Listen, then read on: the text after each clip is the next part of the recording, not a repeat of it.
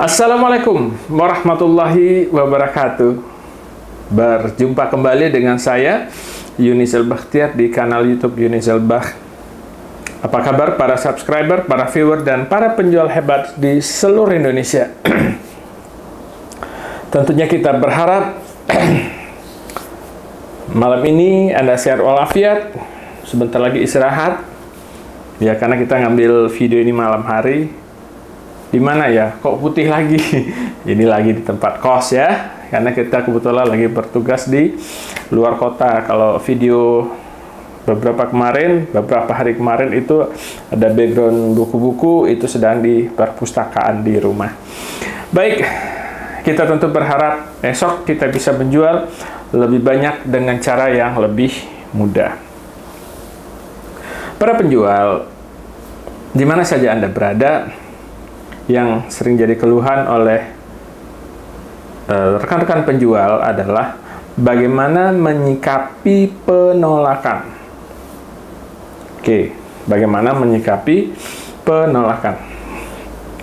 Saya ingin jelaskan pertama, penolakan itu hal yang wajar.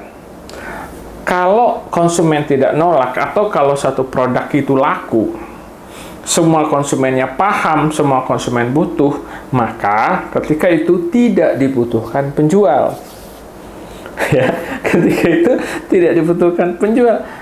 Ya, buat apa penjual lagi, digaji kan? Produknya udah laku, udah dikejar orang ke toko, dijual dimanapun, berapa sih beli? Contoh apa ya sekarang ya? Minyak goreng curah itu nggak pakai sales, nggak pakai promosi, ya cukup disediakan, orang ngantri. Apalagi gas 3 kilo, nggak ada marketingnya, itu nggak ada salesnya, laku nggak? Laku, orang butuh.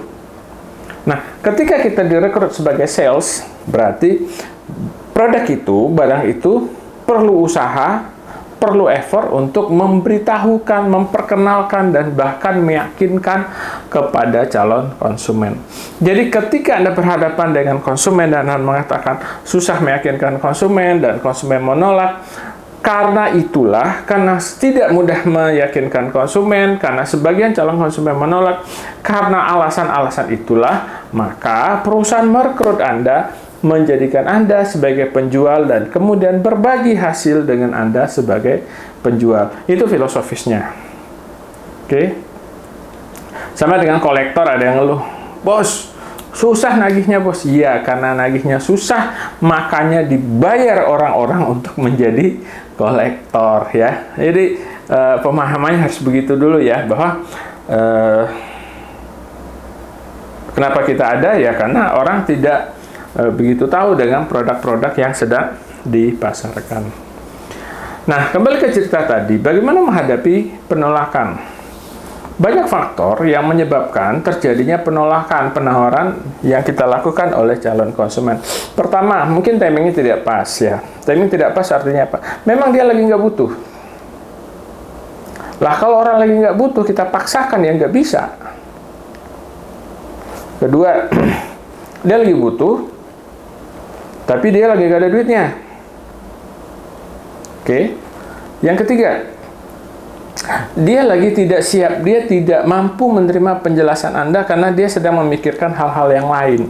Dia punya masalah yang menurut dia itu jauh lebih urgent, lebih penting daripada presentasi yang sedang Anda tawarkan. Sehingga apapun Anda ceritakan kepada dia, dia tidak bisa terima karena memang otaknya lagi terisi ya, atau pemikirannya lagi terisi untuk hal-hal yang lain. Dan yang keempat, bisa jadi presentasi Anda yang kurang bagus ya, presentasi Anda yang kurang bagus. Oke, teman-teman.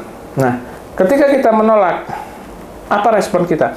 Kita harus berkeyakinan bahwa penolakan itu sangat boleh jadi disebabkan oleh salah satu di antara 4 alasan tadi. Ya, alasan pertama apa? Dia memang sedang tidak butuh. Kedua, duitnya lagi nggak ada. Ketiga, pikirannya lagi fokus dengan yang lain. Ya, yang keempat, presentasi Anda yang tidak baik. Ya kalau yang keempat ini terjadi, ya Anda gampang, Anda tinggal perbaiki presentasi. Tapi poin saya adalah, bagaimana sikap kita? Ya, salah satu ciri penting atau karakter penting yang harus dimiliki oleh seorang penjual adalah kemampuan dia untuk bersikap positif. Kalau dia tidak mampu bersikap positif, dia nggak mampu berpikir positif, dia sulit untuk menjadi seorang penjual yang sukses. Apa contohnya berpikir positif? Ketika dia ditolak, dia harus yakin nih, apa nih penyebabnya? Dia harus analisa ini nih. Dia lagi nggak butuh. Kalau dia nggak butuh, berarti apa? Kita harus menunggu sampai dia butuh. Satu, atau kita harus jelaskan lagi kepada dia bahwa dia sebenarnya butuh. Kalau nggak ada duitnya, kita tunggu sampai dia ada duitnya. Kalau yang ketiga, dia lagi kalut, kita datang lagi di saat dia santai, di saat dia lagi senang, di saat dia lagi happy.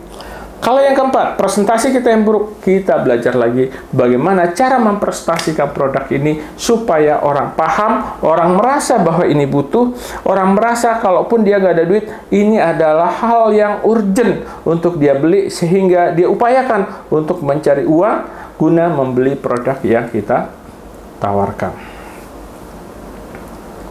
Oke teman-teman, jadi kesimpulannya, menjadi penjual harus menjadi orang yang selalu positif, terutama dalam melihat respon konsumen atau calon konsumen. Penjual harus positif untuk segala hal. Makanya di video sebelumnya saya pernah katakan, ya, penjual tidak boleh mengeluh. Karena mengeluh adalah orang yang negatif, orang yang melihat sisi negatif dari sebuah peristiwa. Orang yang positif selalu melihat sisi positif dari setiap peristiwa. Oke. Dan jika Anda lakukan ini terus-menerus, maka berpikir positif itu menjadi sebuah kebiasaan. Dan ketika itu menjadi sebuah kebiasaan, maka menjual itu akan semakin mudah. Kenapa? Karena setiap orang yang positif pasti disenangi, pasti disukai oleh siapapun. Nah, jika Anda sudah terlatih positif, maka begitu Anda ketemu orang, begitu Anda ketemu calon konsumen, orang udah suka duluan. Kenapa? Karena Anda memancarkan aura-aura yang positif. Oke. Jadi, apa PR-nya hari ini? Belajar dan berlatihlah untuk menjadi orang yang selalu positif. Untuk pertanyaan dan diskusi, silakan disampaikan di kolom komentar. Tetap kami tunggu kolaborasinya dalam bentuk subscribe bagi yang belum. Dan bagi yang tonton ini, silakan di like dan di share supaya teman-teman Anda juga mendapat manfaat dari video-video yang kita saksikan ini. Baik teman-teman, berjumpa kita kembali di video berikutnya, tentu saja mungkin dengan background yang berbeda ya, karena memang pekerjaan saya yang mobile ya, sering berpindah-pindah. Assalamualaikum warahmatullahi wabarakatuh.